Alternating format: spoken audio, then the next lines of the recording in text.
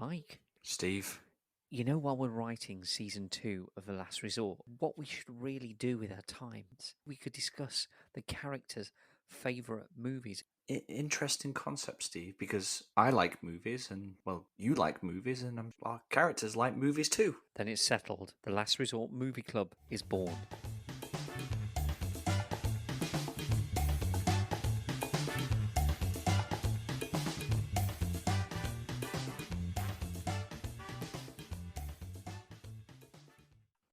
Hello and welcome to another edition of Bad Scripts Last Resort Movie Club. Today, joining me as always, our host with the most, Mr. Mike Garlia. Hi, Mike. Hi, Steve. How you doing? I am very well. How are you? I'm very good, thank you very much. Very, very good. And having prepared myself for this episode, I've got to say, what a film. The most enjoyable experience I have had so far. I'm not giving any spoils away, but I am really, really excited to talk about this one.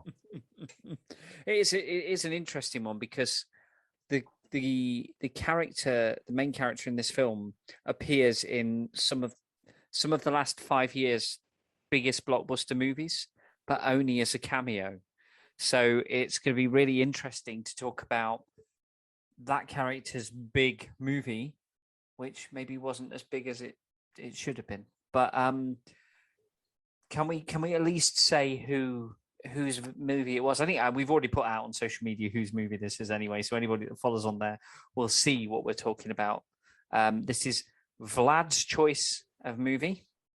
So for those of you that don't know Vlad, our resident Slovakian circus, I'm not going to use the term expert, as he managed to injure himself with almost every performance he did in the Last Resort saga, but it's his favourite movie. Normally, our characters will introduce the movie and say why it is their favourite movie, but our listeners will know that Vladimir doesn't really speak any English, so we've actually managed to get a recording he made back in the day with his translator during his initial interview for his role at Camp Holidays. And so we'll be using the translator's translation of his reasoning behind choosing this film. But before we do that... He chose a great film, though. I mean, he tapped into nostalgia for me because I watched this as a kid, and me and my sisters, we loved this film growing up. And I haven't seen it since I was probably around 10, I think. So watching it again now with a different mindset and a bit more maturity behind me, there was a lot of WTFs going on. 100% have to agree with you on that one. There's a lot of stuff that you kind of go, what were you thinking? Why? There were so many whys. I'm going. I think George Lucas. Sorry, we'll give him more away. We can say that George Lucas presents this film and stepped in. It was about the time he was trying to expand the Ewok empire, and I think he just saw an opportunity to do something absolutely mental. Which was worse than Ewok, the Battle of Endor. well, we can only hope this one's a little better. So, Steve, I have the synopsis. Do you want me to, I was literally just about to ask you for it. So, Mike, please give us the description of the movie, and then we will lead up to the title. Okay, well, here we go. The synopsis of this film is: a scientific experiment unknowingly brings extraterrestrial life forms to the Earth through a laser beam. First is the cigar-smoking Drake Howard from the Duck Planet. A few kids try to keep him from the greedy scientists and help him back to his planet, but then a much less friendly being arrives through the beam. That's the synopsis of this film. And I think the clues were in there as to the name of this movie. Mike, please announce to our listeners out there, if they haven't heard already, the title of this week's Movie Club special. Vlad's choice is Howard the Duck. Yeah. As you said, Mike, this was a childhood favorite. I really loved this as a kid. Wholly inappropriate for children to watch, really. Completely. But because this was essentially a duck puppet, a vertically challenged person inside it, it was essentially a puppet. And so as a kid, you saw this and this attracted you. You wanted to watch the puppet movie. We'd seen the Muppets. We'd seen all these other things. So then to have this was kind of okay. And we'll get on to some of the other things that it stirred up a little later on when we get into the movie. But I suppose we should really hear now from Vlad and his translator as to what the suggestion was for. That's good. Absolutely. Vlad and translator, take it away and enlighten us on why this is your favorite movie. Vlad, no problem. This is Vladimir. Yes, Vladimir's favorite movie, and he says yes. As a younger man, he would watch this film that his uncle obtained for him when he visited the United States of America. He had a VHS copy. And it was the only film he had that hadn't been made in the Soviet Republic, and so he genuinely thought that this was every piece of Western cinema was similar to this. So as a sort of an Anglophile or a Ameriphile, I don't know quite what the term would be, he definitely wanted to experience the life of Howard the Duck and all of its cast members. So yes, he holds very fond memories of this movie and continues to watch it religiously today, upholding Howard himself as a beacon of what it means to be a good person. That's right, Vladimir, yes? Go? No problem. Lovely. So that was Vlad's opinion. Didn't give a lot away there, but I guess it was a different time, as I always say. And I can imagine there wasn't a great selection back in communist Slovakia at the time to watch. So a bootleg copy of Howard the Duck must have been a real treat for them. Well, it had to be a hit somewhere, didn't it? Certainly did. I think we probably should start right at the beginning of the movie, as we do with all our movies, and just have a little chat about the opening scene, Mike. So the scene set, it's just a case of you don't even know we're on Duck World to start with. There's a few little hints, but we sort of see the inside of an apartment. Is that fair to say? Posters, things. I quite like the kind of film noir jazz style that they started with. It was very much, of that 1950s style. And, when it first opens in there, you can see the tone they're trying to set, but they don't seem to keep that tone throughout the film. It starts with that. And then we're introduced to what can only be described as a lot of spoofs towards popular culture of the time. So did you see the posters and all the product placements that was dotted around the apartment at the very beginning? Sorry, I think that was Alexa. Just Alexa had an opinion on this, so that's fine. She's obviously a big Howard the Duck fan. I was going to say, in terms of the noir thing, I think that was a bit of a hark back to the Howard the Duck comic books and their sort of style and setting. So, but yeah, the posters. I mean, you had Breeders of the Lost Stork, which again was confusing because this was Duck World, so I don't know why other birds were involved, but there was a lot of pun-related stuff that was all very. Why was the stork lost? avian. Yeah, I mean, and are they breeding on the stork that's lost? I mean, I'm not sure what the breeder's stalk was doing and why it was going in all these funny directions. So it was a.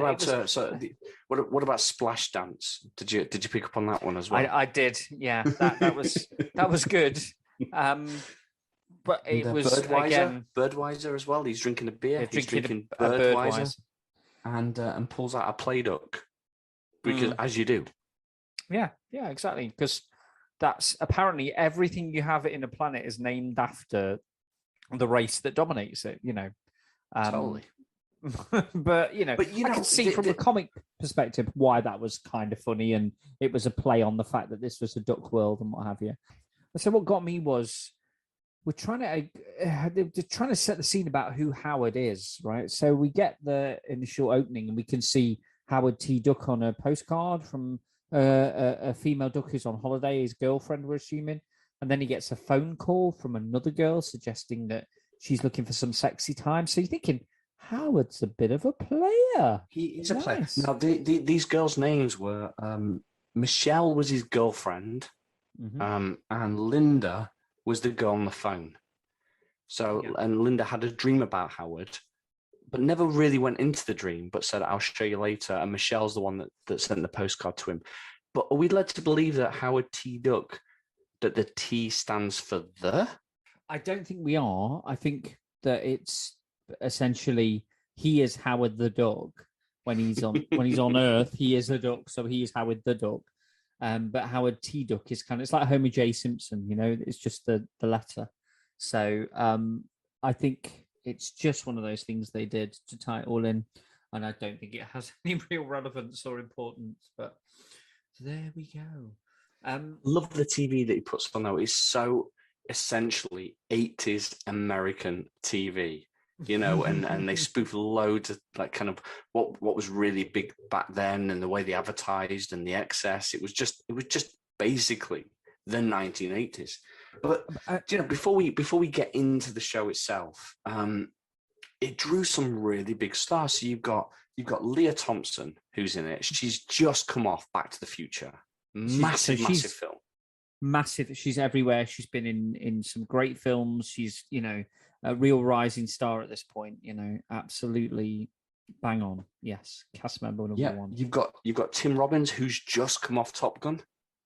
Yep, I mean he's again and would go on to make such great things as he'd go on to make Jacob's Ladder, and the probably the most the favorite movie of all time in a lot of people's lists is The Shawshank Redemption. So a fully qualified, bona fide actor. So we'll get him in to play something. I mean, this was before he did that.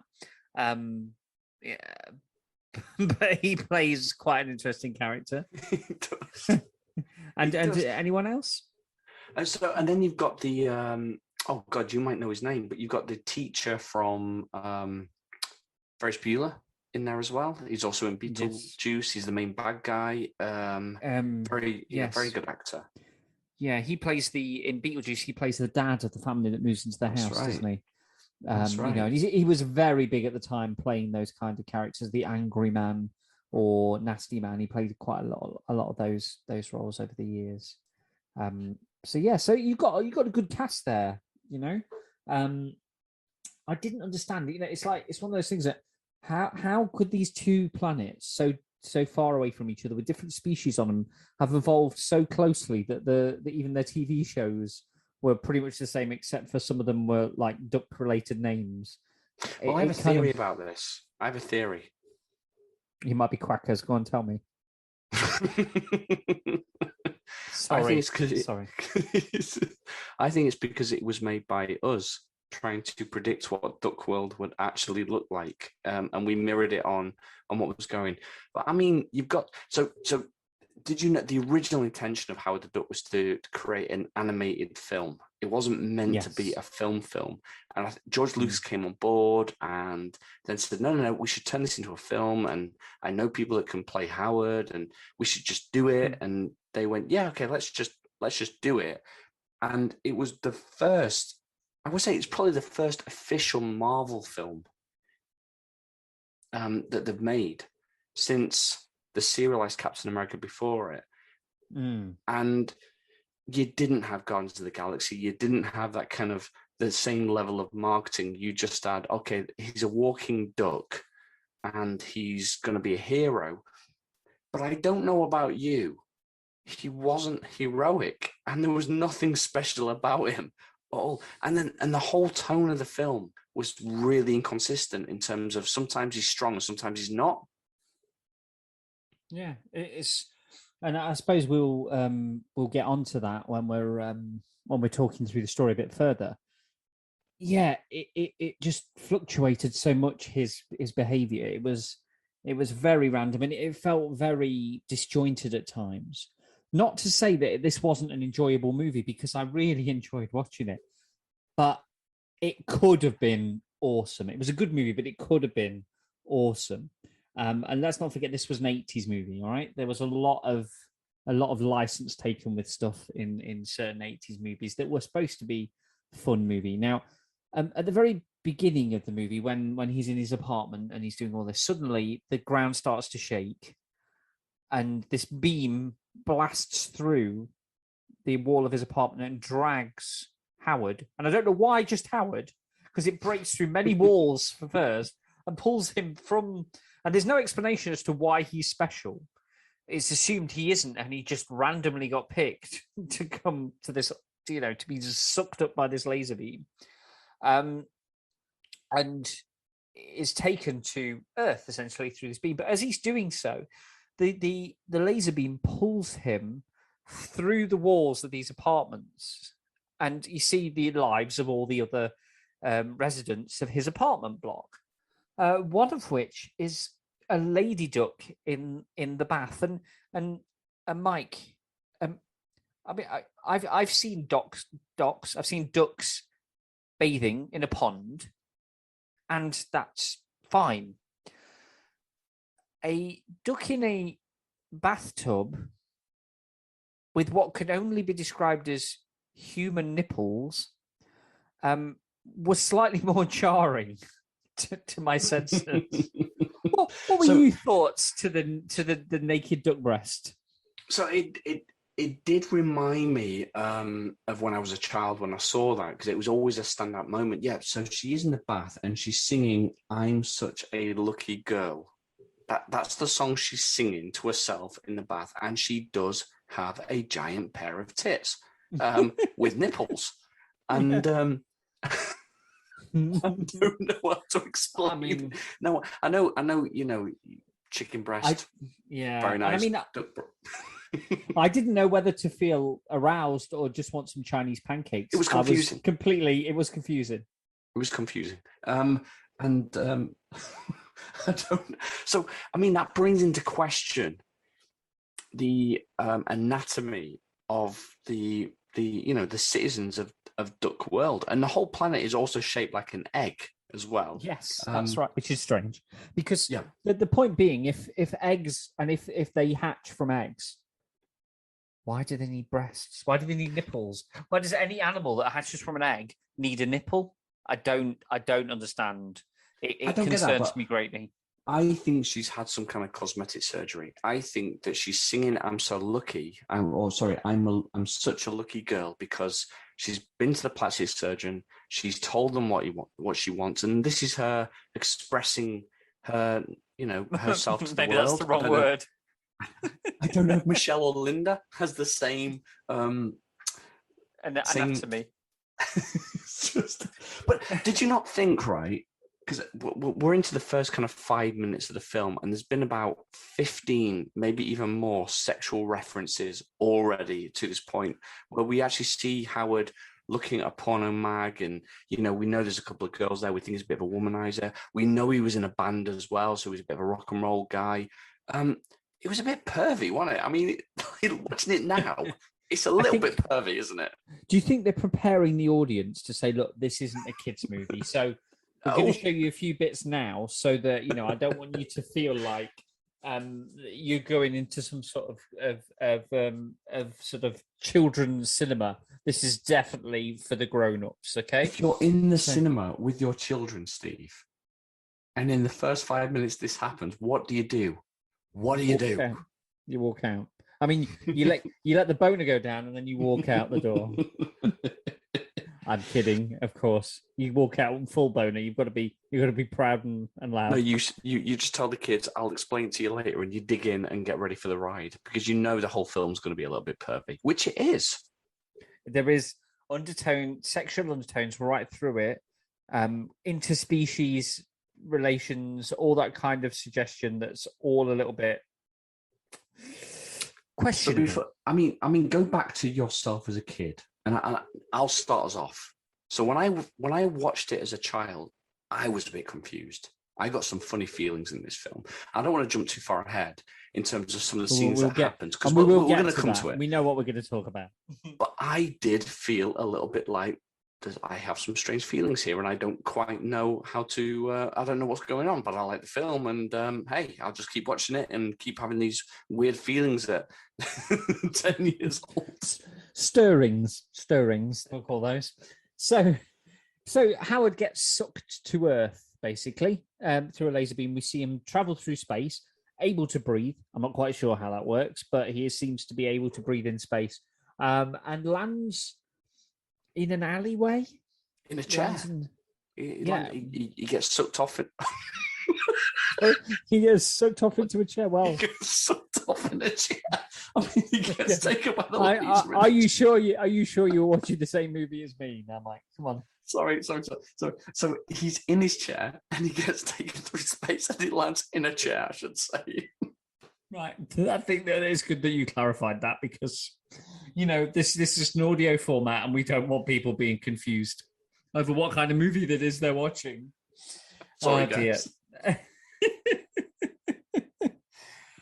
Anyway, so he lands in this chair, as you say, and he terrifies the public because he is a 3.5, 4 foot tall duck walking around and talking in clothes as well. He immediately gets set upon by these bondage wearing bad guys that are in like really weird clothes. I don't know about you, but do you think they just come from the set of the video for Bad with Michael Jackson and they were and that would explain why they're wearing the outfits. Yeah, it would explain why they're so angry. So and they grab him and then for some inexplicable reason take him into a nightclub and then hand him to a bouncer.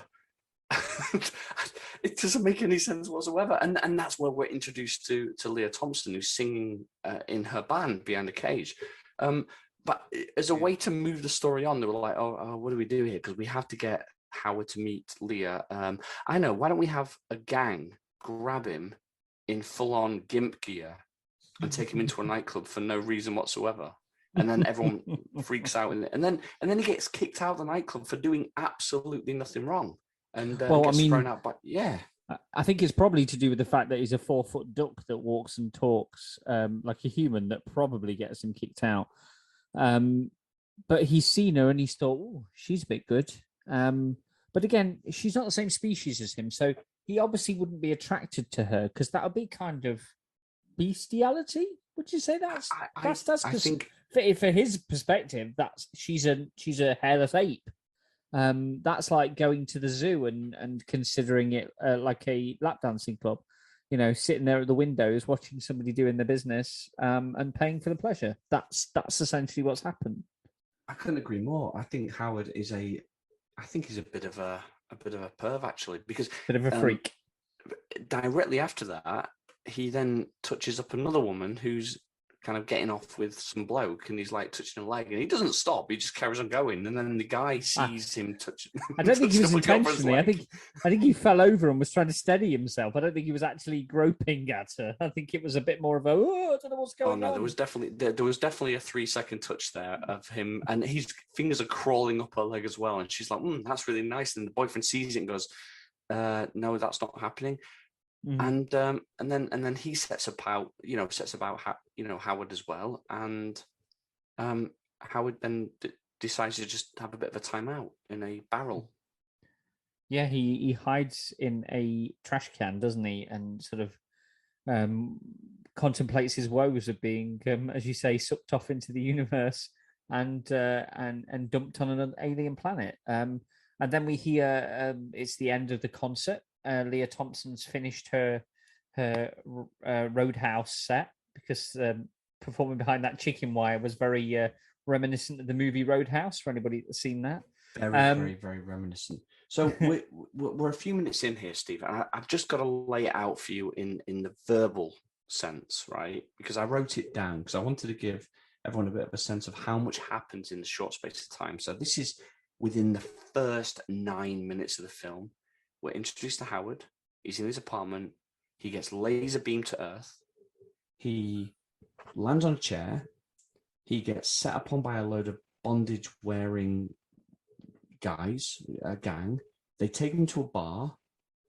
The doorman kicks him out. He's then attacked by a homeless woman. He touches up a woman. He's then attacked by the boyfriend. And then he runs and then he jumps onto a bike. A biker gang called Satan Sluts. Yes, a kids' film. That. 9 minutes in. It's not a kid. This is not a kids' film. At no point does this claim to be a kids' film. Please do not say it's a kids' film. It's definitely not. I think but yeah, Satan Sluts. I noticed that as well. I was like, you should think better of yourself, you know? Don't call yourself a slut. You're not a slut. You might worship Satan, but that does not mean that you're lacking morals in your sexual promiscuity. You know, that is not necessarily predefined by the fact that you're a worshipper of the devil. So Satan sluts, you know, be more empowered. That's all I can say. No, I think that's what they're trying to do. I think they're trying to be a little bit empowered, but that's what we're saying. The whole opening act of this film is all steeped in innuendos and sex and honestly, I don't know whether it wasn't really. Was it humor or was it not? Or what were they trying to? What tone were they trying to set? Because the film changes tone after that. Mm-hmm. But I don't know about you. I was watching that, going, "This is mental." There's 4 different kind of tones right through the movie for me. There was a violence. There was sexy. There was comedy. There was action. And you know, you might say adventure along the way. So it was a real mishmash. And it moved from, like you say, act to act was completely different. So we've seen Leah Thompson's character in the nightclub. Now she's out on her way home, walking home on her own in the dark through the mean streets of Cleveland, Ohio.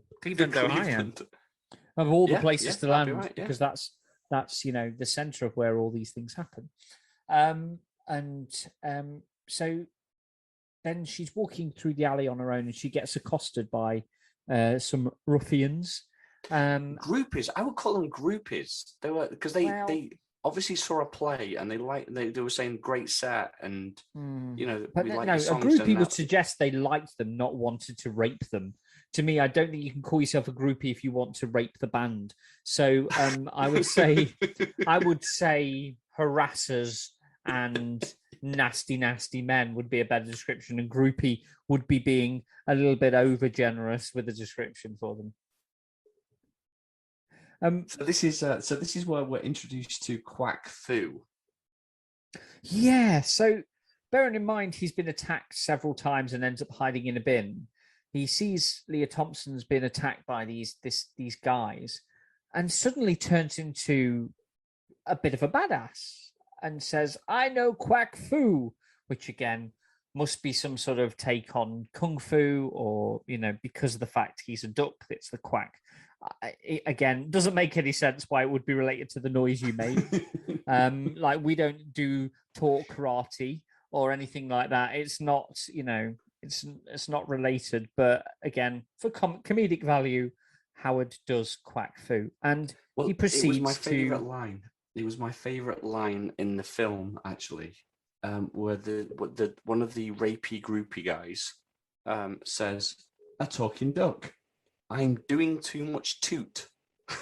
is what he actually said. I don't know what toot is. It must be a reference to something, but he can see Howard and he goes, "A talking duck. I must be doing too much toot," which was my favorite line in the whole film. I must admit.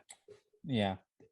he obviously had been either on some sort of hallucinogenic or whether the toot was more of a I've been smoking some shit, man. So yeah, and Leah Thompson, she's surprised by Howard the Duck's appearance, but very quickly gets over the fact that this is a human-sized duck that she's met, and goes, right, okay, well, thanks for the help, bye. And then it starts to rain, and this is something that annoyed me, right? Howard is a duck, right?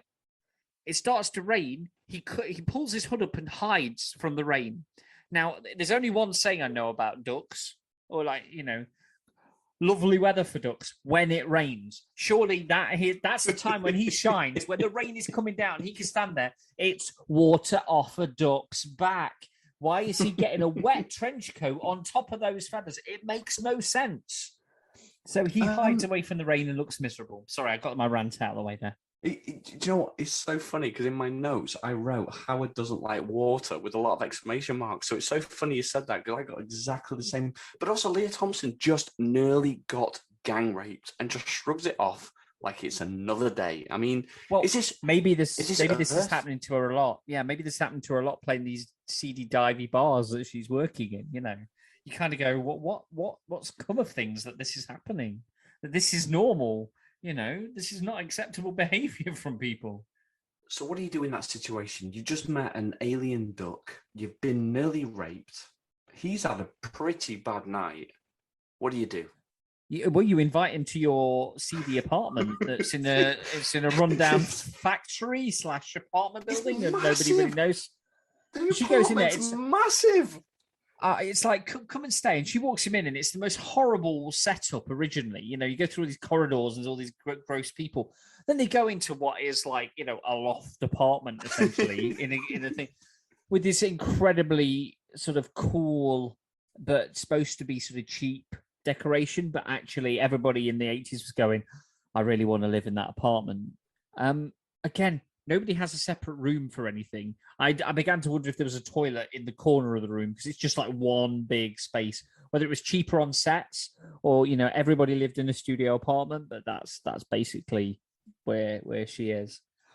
But did you not notice as well when when Howard got wet on the lead up to the apartment, every so often he turns into Donald Duck and starts doing the whole Donald shaking it off. Yeah, like it's the only time he ever does it. He every so often he just kind of turns into Donald Duck, and he's going. One thing he never does, he never once quacks in the whole movie. Never makes a quack noise, even though he does quack foo.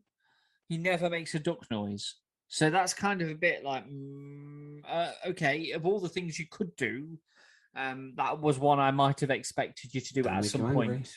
Yeah, don't make it. Yeah. And then Leah Thompson does something really weird. He falls asleep in the apartment, and she goes through his wallet and finds some interesting things in the wallet. Yeah, his driving license, things like that. But then she finds something, Mike, which troubled me. I don't know about you, how you felt about this. She found a condom. But what was special to you about this condom? It wasn't in a wrapper. She'd literally pulled out what looked like a used rolled up condom. It looked pretty dry and crusty as well. It was one of these where you're going, I mean, I know at one time there were reusable prophylactics, in Victorian eras when they were made from like a sheep's intestines or something. But to me, it doesn't seem wholly hygienic to slip this onto your manhood and slip it inside a young lady, who has requested your presence, without giving it a little wash, maybe antibacterial wipe, something. She just goes, "Oh, Howard." It's endearing to her. She's like, "Oh, that's so cute." Oh, so lovely. At least he slips something on his feathery cock before he goes to town. It draws attention to it. It draws attention to it, and you kind of want to see it then to go what goes in. Like I'm not saying I want to see Howard the Duck's member, but you do. It doesn't move the story along. It doesn't serve anything. I don't quite know. I think what's going on. What it serves is the tone of sexuality that runs through the entire script and this cross-species flirting that seems to happen right through the script, with all the women not having a problem with being intimate with another creature. But at least he sleeps on the windowsill. He doesn't actually sleep in a bed, and that's fine, because she knows she doesn't have to worry about anything. That she just invited a strange alien creature into a house. He has a used condom in his wallet. His driving license was issued by Mallardale. and she's now made a friend for life. And I genuinely think he must be suffering from he must be like had some sort of PTSD at that point. He must be suffering because can you imagine if the reverse happened and you landed on a duck world? You would be sat in a corner crying, shaking, and shivering, because this would be the weirdest thing that ever happened to you. But he's remarkably calm and finds it remarkably easy to go to sleep despite everything that's happened. Having never seen a human being before in my entire life. Now, my motivation, if we were in the film, would be I would land on Duck World and immediately start to try to find a duck that I could get some down and dirty, I could get it on with, because that's the tone of this film. It's and the scenes that we're going to talk about next all lead down that way of just how sleazy it all is. It's really, really sleazy until the midway point when it suddenly changes direction again. Yeah.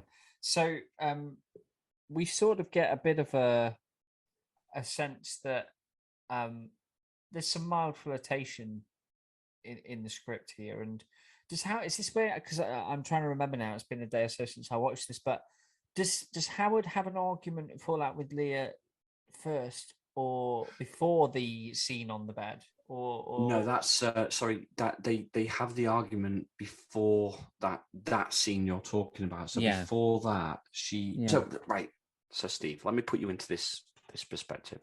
You've just found a duck. You want to take him somewhere, and you know you need to disguise him. What do you disguise him as to get him from your amazing apartment to the museum?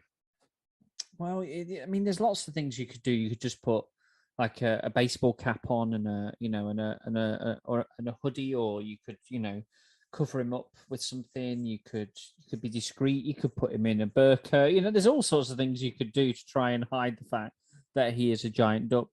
Why are you hiding the fact he's a giant duck from the authorities? Surely the authorities will be able to help you with this situation, because nobody at any point thought, let's have a word with the police or somebody and say, is there a way we can deal with this alien landing and maybe the possibility of finding out there is life on another planet? Maybe someone in the government might want to know. No, instead they decide to go to a museum. But how does he get disguised to go to the museum? Well, she does what normal people would do. She puts him in a bin liner.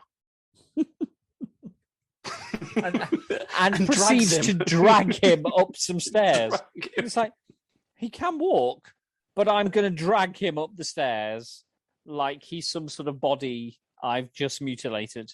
And then we're introduced to Tim Robbins, and Tim Robbins. I'm guessing here, and I can't speak for Tim, but I'm thinking he got the part, and he thought I could play it serious, or I could play it batshit crazy.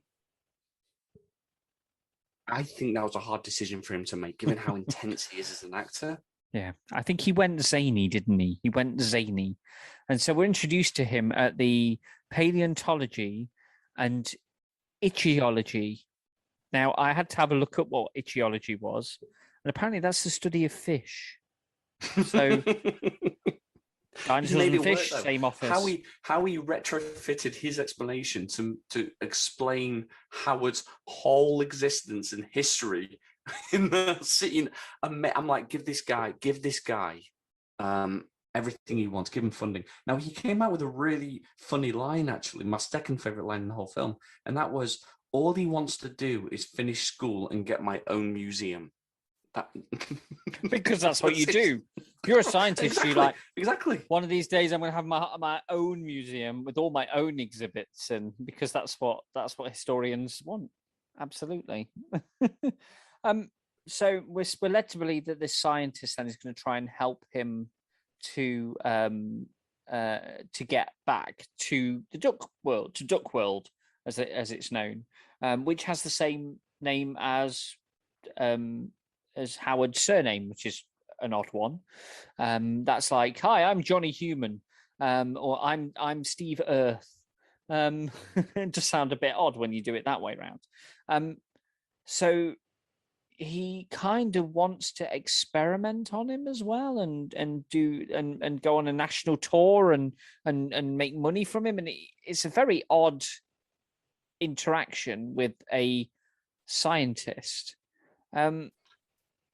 Very strange sort of few minutes, and then he decides, oh, you can't help me, and runs away from him, and basically runs away from everybody, and decides he's not going to stay with them. He's going to go and find his own way. Yeah, it's a weird scene because we find out that Tim Robbins, despite the fact he wears a white lab coat, is not a scientist. He's more like a janitor that works for the Natural History Museum. That was the first weird thing. I think as a character, I think he was seeing Howard as a way to move his career on, and with this big discovery in this really weird and zany way. But as a result of that, because Howard then realizes quite quickly he can't help him, he then has a go at the only person that's really helping him, which is Leah Thompson's character, and says, no, you don't get it. I'm all alone and I'm just going to be on my own. And then the natural thing you do in that situation is go to the job center and look for a job. this was like, and the woman that's there saying, I can get anybody a job, has no qualms with the fact that he's a giant man-sized duck. Nobody mentions that then. It's like everyone's gone batshit crazy at the beginning. Yeah, some people, it's like, I don't notice this giant bill on the front of your face. But she's so nasty to him as well. She's like, I can tell who you are. You're a slacker and you're this and you're that. And she has a major go at him. And I've got the job for you. But I suppose this is the difference between the 80s and now, is that very much that you could believe that somebody that was there to try and help you would absolutely lay into you at your first meeting and say you're useless and you're a slacker. These days, they'd be fired or they'd be on a disciplinary for that because you're not empowering and embracing people's individuality. But back then, it was a case of, if you haven't got a job and I have, I'm better than you, and I'm going to tell you that right now. Did you pick up on the weird thing Howard does to her during that scene, though? She's bent over, looking for some papers, and he turns and stares at her derriere. Did you pick up on what you tried to do there? I don't know if I do now. I probably did at the time, but I'm trying to recall. So he gets himself ready to bite her ass. He's about to bite her ass, and as he goes to snap down, she turns and puts a bit of paper in his mouth. That's all you need to know about him. That's all you need to know about Howard. He is a little. He's a 3-point. He's a 3-foot pervy little shit. To be honest with you, yeah. He wanted. To I'm not sure the biting. I think the biting of the ass was more out of anger than of anything sexual. But that doesn't make it right. You don't just go around assaulting people. He doesn't need to go biting asses. He knows quack fu. We've already established this because he's already, quite strong. And then, and so I'm asking you, Mike, have you ever been so angry that you've eaten ass? Well, I mean, there was that one time in Bangor. No, I'm just kidding. No. But she gives him the worst job in the world. She gives him a job in a sex parlor. It is awful, isn't it? He has to go. Yeah, well, that's it. And he has to go and clean the hot tubs that people are shagging in.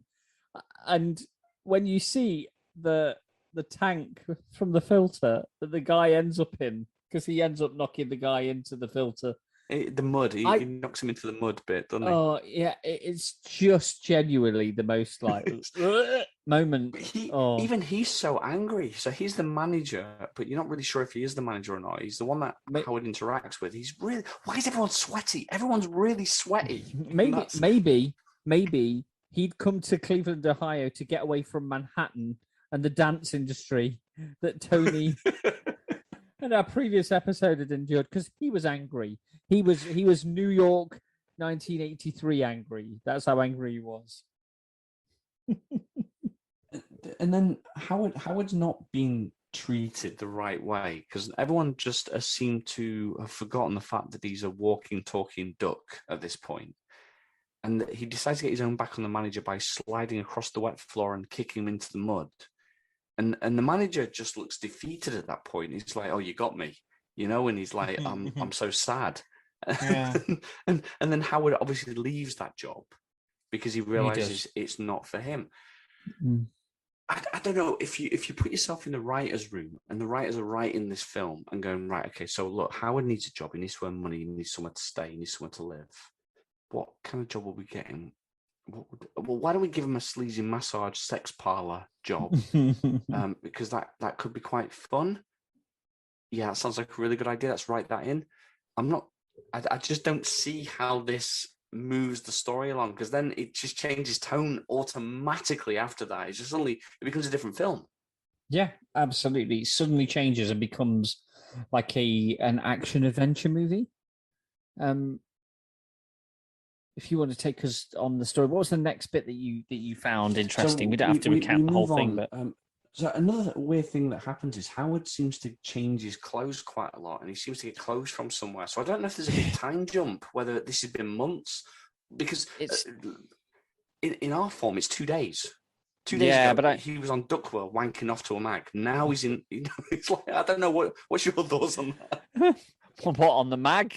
No, I think some time is supposed to have passed, but where's he getting the clothes that fit his duck ass? Because all of them have his tail sticking out the back of his trousers.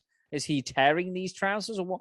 Where's he getting his money from to buy the trousers? I mean, I genuinely don't know what was going on at this point. It started to get a little bit like you're just expected to accept that it's a movie and you want to question these things. So, yeah.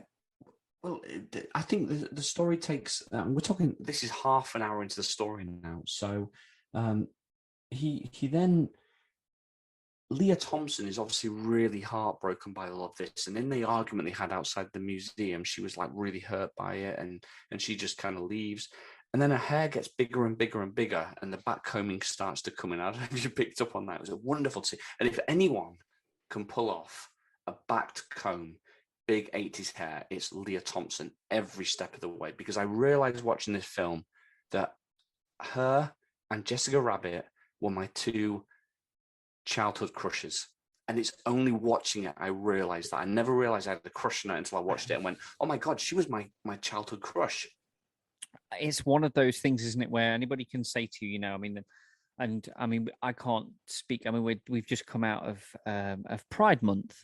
And so, when I speak to some of our gay friends and we have conversations about pride and about, about their coming out and then their understanding their sexuality, as straight guys, me and both of us, I think those movies were kind of affirmed that belief, because we were essentially sexually attracted to, one was a cartoon character, which was really confusing, in Jessica Rabbit.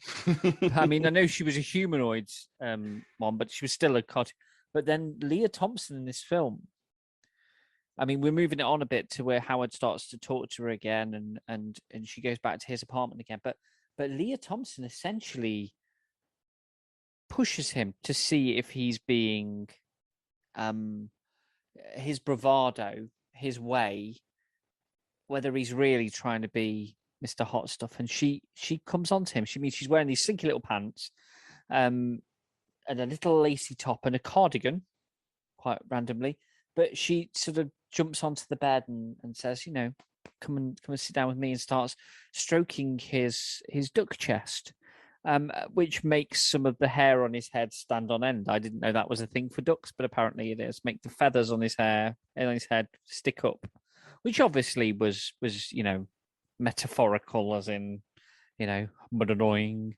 But yeah, as a young boy, probably 8 or 9 years old, watching that created feelings in me that I did not know existed in me, and I wasn't sure whether I should feel these things, and felt a little ashamed for feeling them. And from what you're saying, Mike, I believe that you had similar stirrings to such performance. 100%. I would say that watching that scene again did stir some memories in me, and but keeping it within the tone of the film, it's so inconsistent for Howard as a character, because he's been a bit of a, he's been presented as a bit of a player. He's got a few girls on the go. He's been in a rock band. He's this, that, and the other. He knows quack fu, and do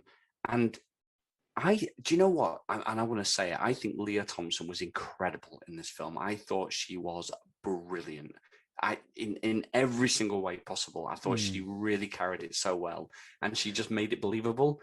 And and I'm sure our listeners would agree that when they watched it, if they did watch it when they were younger, they would have had the same feelings we're talking about right now.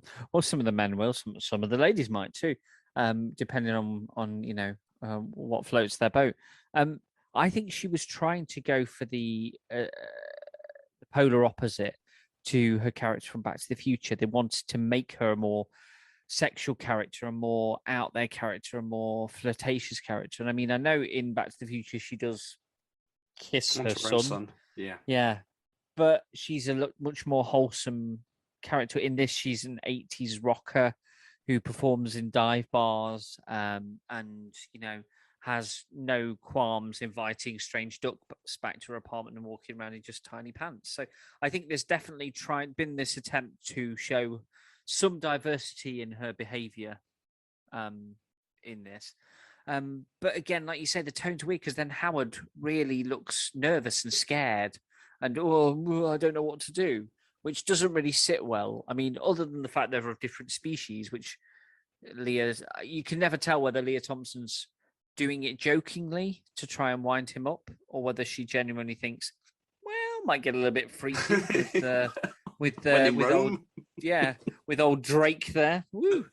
Well, I mean, there's a few things that happens right before that. So if you remember as well, he suddenly dresses like a pimp, and he's dressed like an 80s pimp, and he goes to the bar, and this is how he reconnects with Leah Thompson. For some reason, her band manager is at the bar, noising off about the fact that he's robbing them blind, and taking money and stuff like that. And Howard hears this, and then he has a fight with the band manager and a few guys. He bottles a guy. He literally bottles a guy in that scene, right? Well, does he? Because I thought that at first, but what it looks like he does is he takes the bottle off one guy and then smashes it against the wall so it can't be used as a weapon. I don't think he throws it at someone's head. I think he just kind of goes, "Oh, that's not a good thing to throw." So, but you kind of going to go, someone's thrown this at you and you now have it in your hand. If you're going to do it, use it, mate. Use it. You've got the weapon. Use it. And then he claims that he's got space rabies, which everyone panics over, despite the fact, A, it's not a real thing, and B, people just believe. It's a really weird thing that people just believe it. They go, "Oh no, don't go near him. He's got space rabies." Yeah, but then nobody before that evening would have believed that there was a giant walking, talking, fighting duck as well. So if he turns around and goes, "I've got space rabies," now don't forget, in the 80s, I don't know about whether that was it was the case in the States, but I remember people being a lot more worried about dogs having rabies than we seem to be concerned about now. There's a lot more strays knocking about, a lot more talk of rabies and stuff, and foaming in the mouth. So is rabies a duck thing? Can ducks get rabies? I'm not sure. I think most animals, can get it, right, the same as people can. So but anyway, it was enough of a deterrent, wasn't it? It was enough of a deterrent to frighten him away. But again, he gets beaten up himself by random people, and then he beats other people up. The manager agrees because he puts his finger up his nose to let the girls out of their contract with him. And it happens really quickly and really easily. And he's like, "Yeah, fine, here's the money, just go." And then Howard goes to meet the band, and they just believe him. And he's like, your manager's not around anymore, and I've got some money for you. And they're like, oh, Howard, you're so great. Thanks very much. And it's like, end scene, move on. It's like really weird how it all happens. Oh, yeah. And the girls in the band are like, oh, you're Howard, so you are real. Oh, she's told us all about you. He's a giant walking duck. What's the matter with people? A giant walking duck. Walking duck. How many times are people going to just accept this as the thing? Because I swear to God, if somebody turned up at my house and went, this is my friend who's a giant walking alien duck, you'd be like, maybe we could talk outside, because inside I'd not really fancy having this creature in my house at the moment, if that's okay. It genuinely was one of those scenes where, again, you're just thinking, I don't know what you're trying to... Where are we going with this? Because, again, Tim Robbins' character turns up, doesn't he? Saying, they bring into the apartment, don't they? During the bedroom scene that you were discussing there, they're in bed together, and then they reference that as well. They go, "Oh my God, that's disgusting," and then there's some sciencey stuff that instantly happens. Yeah, and he says, "Oh, look, I've got these 3 scientists. We know there was a laser went off, and that we reckon that's what pulled you to Earth, and we might be able to retrospectively send you back." So he gets very excited about this. You want to go back to your own planet, don't you? I mean, that's who wouldn't want to. You've been pulled from your world and sent somewhere else. So you're gonna want to go home. So they then set about going to the science lab. The lab. In order it's to... so funny though. The lab was hilarious because they kept talking about security, and then there was absolutely no security on, and he just punches a button to open the door. They just walk in. Well, at one point later on in the movie, this is what got me. They were trying to put a code in to open the door, and Howard kicks the door in. Now, I'm not being funny, right? But if you put a secure lock on something that requires electronic codes on it, don't make it so a 3-foot-tall duck can kick it open, because to me that doesn't seem like you spent money on the right things there. That genuinely confused me. But when we see that the laser has gone off again, they've used the laser again. They've done another test, and they've compared, because they've got a feather, hadn't they? So let's go back to that. They have a feather that landed in the lab by the laser, and they compare it to the feather from Howard's head, which he has a real problem giving up. I don't quite understand why he has such an issue with having one single feather taken from him, whether he considers it a violation. But they compare and they say, yes, it's the same one. It's you that obviously landed 3 miles away. But then they said there's been another incident, and one of the scientists who we previously met has been injured, been crushed by the laser. It's like, well, that's really horrible. But it turns out he hasn't been crushed by the laser. Is that right, Mike? Say that again, sorry. He hasn't been crushed by the laser machine, the scientist. Something else has happened to him. Yeah, no, he hasn't been crushed at all. Sorry. He's been possessed by a demon alien. A demon overlord. A demon. He calls himself the Overlord, doesn't he? He's a space alien master overlord type guy that speaks Russian with an English accent. There's a weird accent thing going on, and he possesses the scientist, the guy from Beetlejuice again, doesn't he? And but slowly, while they're escaping I don't remember why they went to the diner. I can't remember why they went to the diner. So they break Howard out of prison. Remember, Howard's in jail. The police come. The police at come the and lab. they The arrest police Howard. come. Yeah. Yes. And for some reason, despite the fact that they're with the scientists, they arrest Howard and Tim and Leah Thompson and put them all in jail. The mad scientist then, for some reason, breaks Howard out, and then him, Leah Thompson, and Howard go to a diner in the middle of nowhere. I want to say, a real, what looks like quite a nice establishment at first. And then they've got the most batshit crazy staff that work in there. Like some of them are really weird, but then the waitress they get, she's like on another planet. She's just not even. I don't know what she thinks going on. And when a fight breaks out later, she's like, "Oh, this happens all the time in here." No, it's not a fight. How is that okay? It's not a fight. They literally grab Howard, take him into the kitchen, and are about to cut him up and eat him. Just because he rebuked the advance or helped to stop. No, but it was because he stopped the guys from coming on to Leah Thompson. Because yet again, a man can't say hello to a woman in a film without trying to sexually abuse her in this movie. No man talks to her without trying to cop off with her. And it genuinely is aggressive. In front of other men sat at the table, even in the 80s, that was still... You don't do that. You don't walk up and start doing that. For some reason, every man. You're right. Every man that comes into contact with her wants to suddenly rape her for some reason. It's really strange. Awful. So then they decide to get their own back by all of them, and we're talking everyone in this diner comes together. Even the owner of the diner. The owner. Yeah. He gets a meat cleaver. They're about to take Howard's head off and cook him and eat him. They're all like, yeah, let's eat him.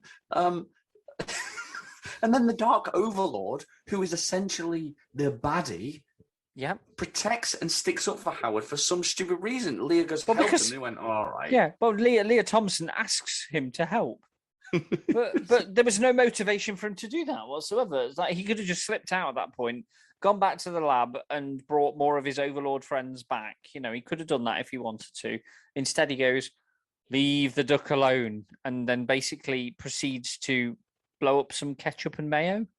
Yeah, he's big on blowing up condiments to show his power. And the waitress, again, was just like, I'll just bring you some soup then. She's just like, she's not fazed by anything. She doesn't care. No, this part of Cleveland, Ohio is crazy, right? This shit happens every night. So this is really strange. Yeah, it does. There seems to be a religious connotation that suddenly creeps into the film at this point with the demon overlord and stuff. And there's suddenly like this religious element to it, that there's this possession of this scientist. And they speak with an English-Russian accent. Yeah, it's like a body snatchers type thing, isn't it? He takes over, but there's no explanation as to why he would need to do that. Because later on in the film, he does manifest his own body. So why does he need to possess? So are we going to talk about the restaurant they're in? Are we going to actually talk about the restaurant they are in that we have never seen before or since as a franchise? Go for it. I mean, we haven't. Maybe some of our listeners have. Maybe it was a thing. I mean, I know we've had listeners in Ohio before, so maybe they're aware of this. I don't know. The restaurant they go into is a country kind of burger, rib joint, sushi hybrid. So they're all wearing bandanas. And it was all very racist, wasn't it? It was all very we've got fusion food here, but it was like what is it? A sushi bar? Is it a burger bar? I don't understand what's going on. Why have you done this? What point did they have in the story where that was necessary? Who went? You know what we should do with this diner? We should make it a fusion restaurant. But there's no reference to it. I mean, I don't know, other than the fact that they want to have the duck. That makes me think that's why there's an Oriental twist on it. I genuinely don't know. That seems to be the only Peking duck. Yeah, but that would be Chinese, surely, not Japanese. Duck. Yeah, exactly. But you kind of go, well, that's the wrong country. That's really lazy racism, isn't it? If you just actually go, we'll pick the Japanese when it should have been the Chinese. But I'm not sure how popular a duck dish duck is in Japan, but maybe it is. Say that really fast 3 times. I couldn't say it once slowly, so there's no chance on that. But it was really full of quips, wasn't it? The restaurant scene was just full. Everyone was giving loads and loads of quips, like if you can't stand the heat, get out the kitchen and all this kind of stuff. It was like everyone was just at that point. I don't know, watching it now, whether they were taking it seriously or not, and was just like, well, we kind of need to get them back to the lab, so we'll just throw this scene in there for some reason because. They break him out of jail. Then they decide they're hungry and go for something to eat with this possessed alien, with Howard. Cause a ruckus in there. And then the alien overlord kidnaps Leah Thompson. Yeah. Because he wants to use her body to possess her. Yeah, to bring one of his colleagues or friends, one of the other overlords back. So why does he help Howard out with no intention of using him for anything? I don't understand why he does it. It still to this day, I have no idea what was going. Condiments. He just wanted to get It was a power play. and he was getting stronger and stronger, wasn't he? I think what was it? Someone called him a filthy scumbucket during that scene, which is class writing, and he got annoyed and was like, "No, I'm now going to take Beverly hostage." Beverly is Leah Thompson's character, and use her body for his other weird possessions. And then the whole film goes absolutely mental after that, because it suddenly changes again to this weird sci-fi type adventure to try and save her. So it felt to me like this film had 3 different directors. Like they filmed these 3 parts of the movie completely separately, and then they've just stuck them together. The tone, the atmosphere, the quips, the dialogue all seemed so different. It didn't have any kind of part of it other than the costumes and the actors that remained the same throughout the whole film. It was really tonally like all over the place, but still kind of remained fun, which was... It was so fun. It was so fun to watch. So the scene where they build an aerocopter within about 3 minutes was a highlight for me. Well, yeah, so Tim Robbins' character has been arrested, and Howard's hiding in the bushes, and he goes to him, "Oh, we need to get out of here," and then they're looking for a way to get there, and they find an aero, like a hand glider with a helicopter blade on the back. That was very popular sport in the 80s, wasn't it? That kind of aero glide, whatever they want to call it.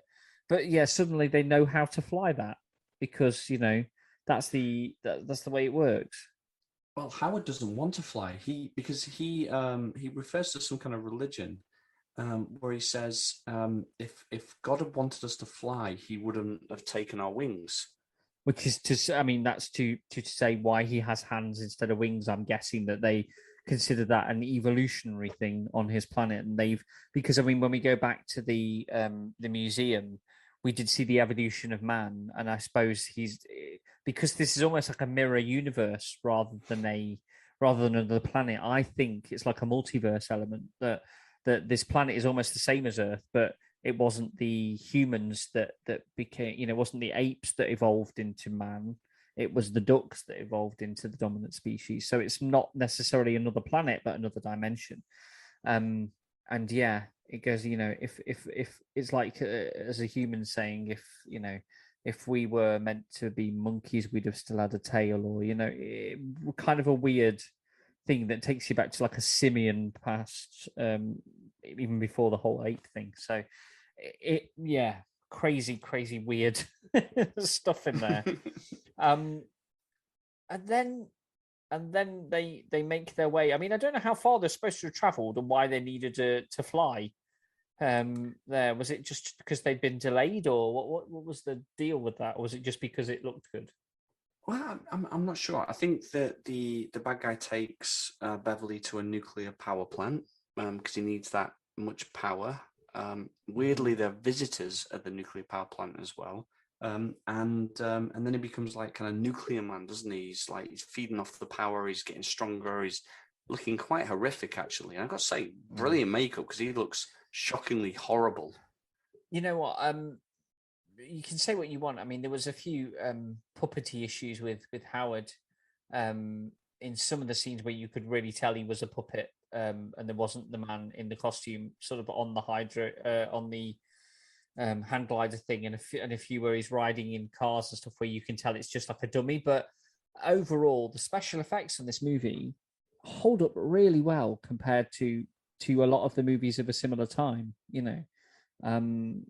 If you think back that 1981, you'd had Clash of the Titans with some, Harryhausen style of stop frame animation is amazing. Don't get me wrong, But this was as good, if not better. I felt that some of the alien work was incredibly smooth and effective for the time period for which it, in time period in which it was made. It was very good.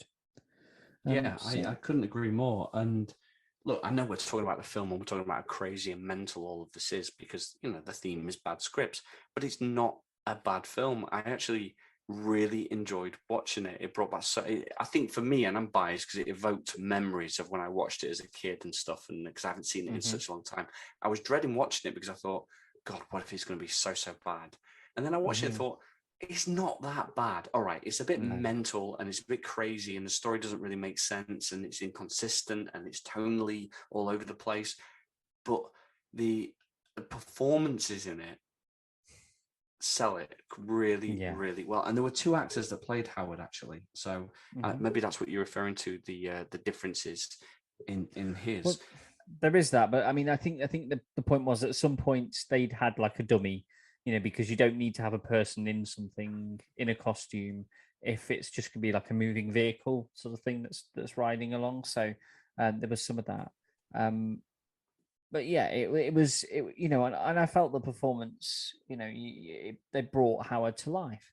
And nowadays, I think if they remade it, I know there's a call from a lot of Marvel fans or people that were fans of this movie and of the comic books of Howard the Duck that really enjoyed the cameos that he makes in Guardians of the Galaxy and Avengers Endgame as well, where he turns up to fight at the end.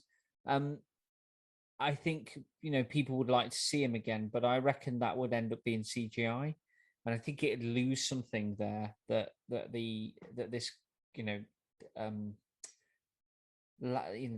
this physical effect that they used brings a warmth to him. I felt that the new design of him was a lot harsher, the CGI version. So he was a lot more humanized as well, wasn't he?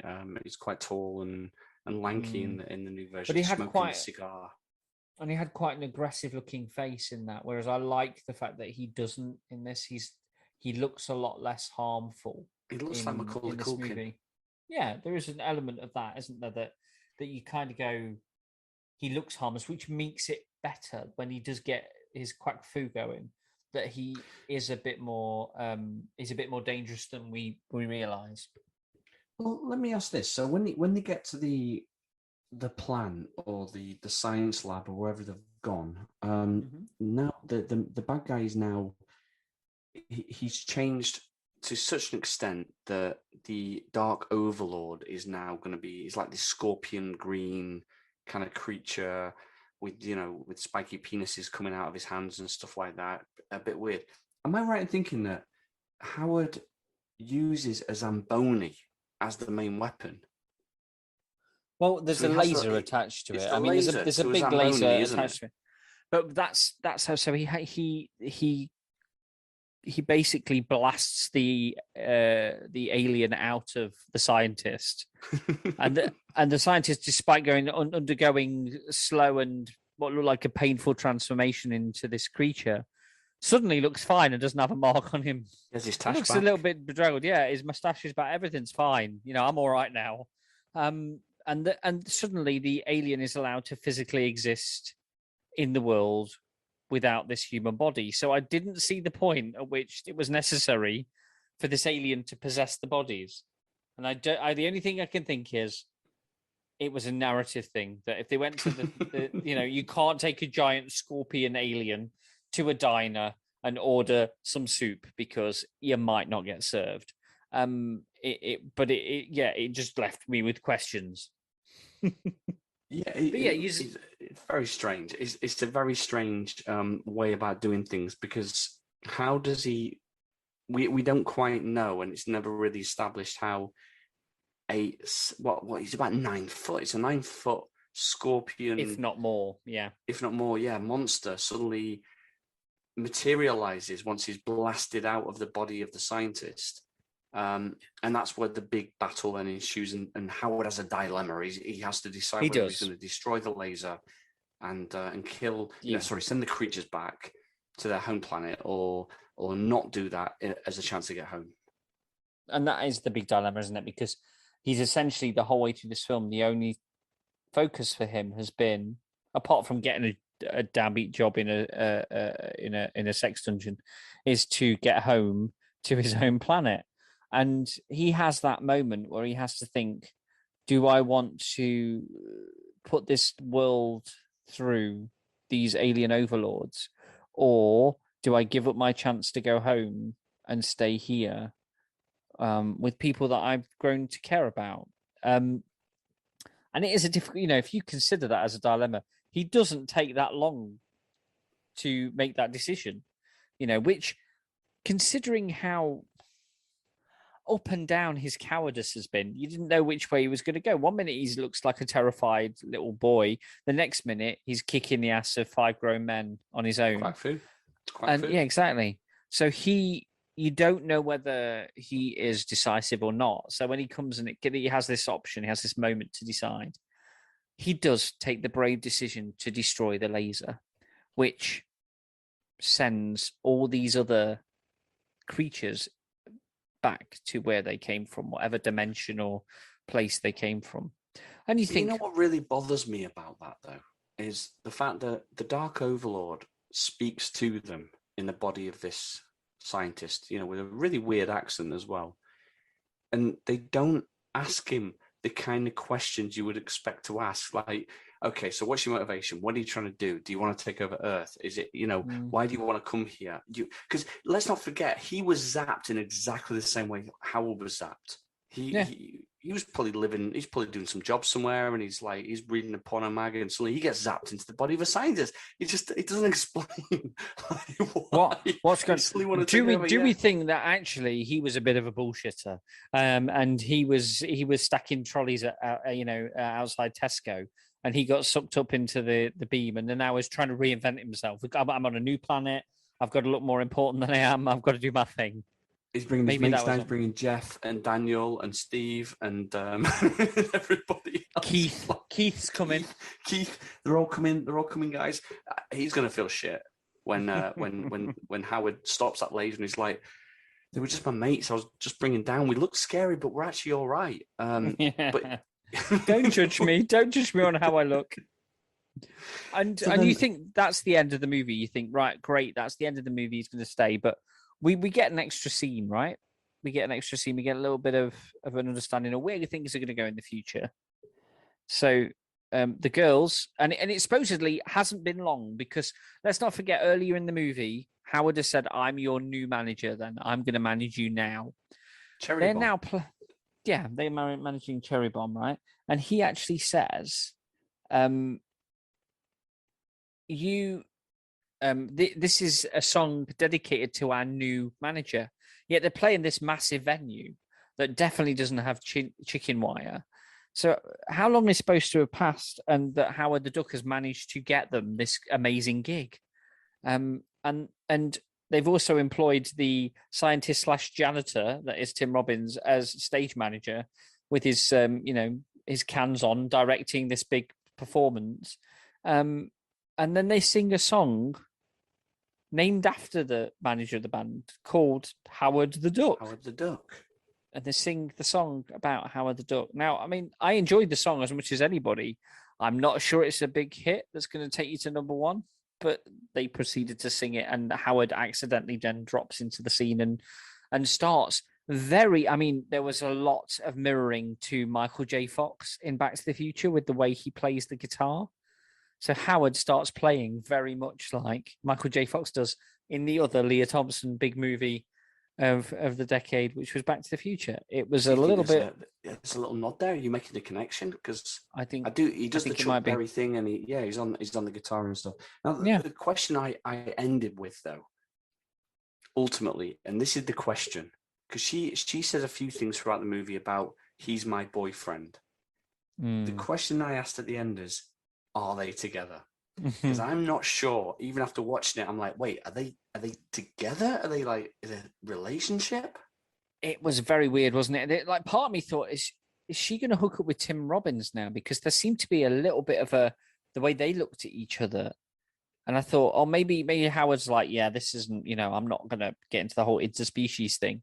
But yeah, it was really left ambiguously at the end as to whether he was hooking up with Beverly, or whether he had resigned himself to be Tim Robbins wishes celibate. he could hook up with Beverly, because we've all seen Beverly, Leah Thompson, in All the Right Moves with Tom Cruise. So any teenage boy would have definitely checked out that movie. So he only wishes, but I'm not sure even at the end of the film whether Howard was in a relationship with her, because it seemed to lean towards the fact that they were, but it doesn't really address it. And the fact that they're now a Cherry Bomber, now they're a big rock band, with big hair and stuff, and he's playing the guitar, and I can't explain. But it just ended with I'm not sorry I watched it. Yeah. Okay, then. And as we do with every movie that we watch here on the Last Resort Movie Club, I want you to give us a rating. Today, can you give us a rating out of 5 pancake rolls, please? How many pancake rolls for this movie?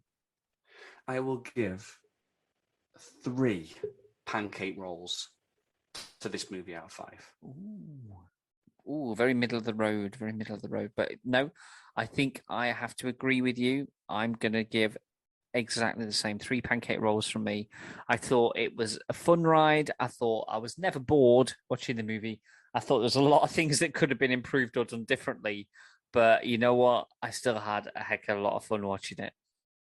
So thank you, Vlad, for giving us this opportunity to watch this movie. Again, next week's movie, we will be putting the early clues out for that as to what the title of that movie will be after the weekend. So you'll be able to see that. So once again, thank you so much for joining us here on the Bad Scripts Presents The Last Resort Movie Club. We will see you next time. So from me, Steve Jones, goodbye. And from him, Mike Garlia, quack foo. Quack foo. And good night. Bad Scripts was written and performed by Mike Garlia and Steve Jones, a Beach Tide production.